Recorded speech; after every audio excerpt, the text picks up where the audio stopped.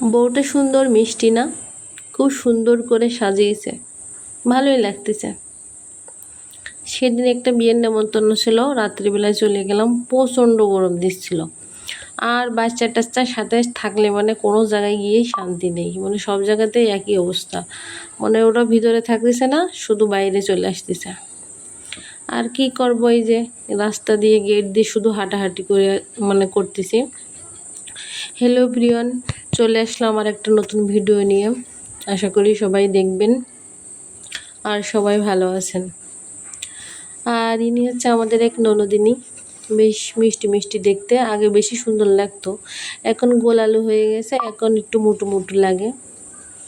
আর যে এখানে সবাই খাওয়া দাওয়া করতেছে, আর আমরা যাই কিছুক্ষণ পরে মানে খেতে বসে গেছি, মানে একটু দূরই তো, আবার ফিরে আসবো এই জন্যে। আর ভিডিও করতে সবার লজ্জা করতেছিল, তাই আমি বললাম যে তোরা সবাই খা, আমি তোদের ভিডিও করে দিই। এই জন্যই ভিডিওই কোথাও আমার দেখতে পাবেন না। আর আজকে সকালবেলা উঠেই দেখি মানে বৃষ্টি হচ্ছে, তারপরে একটু রোদ্র উঠেছে, আবার বাতাস হচ্ছে।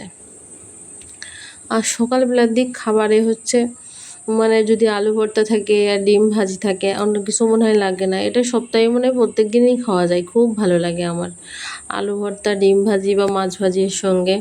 তারপর চলে আসলাম দুপুরে রান্নাবান্নায়। ফ্রিজে বিভিন্ন রকমের সবজি ছিল, সেই সবজি দিয়ে একটা সবজি রান্না করেছি, মানে অল্প অল্প ছিল।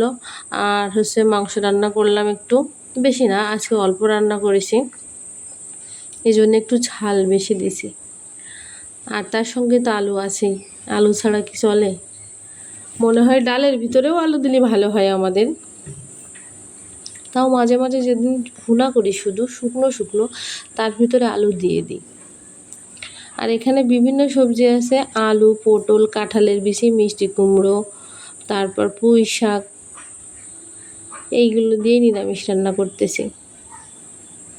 এটা শুধু আমিই খাবো, 3 বারে খাই, আমার শেষ করতে হবে।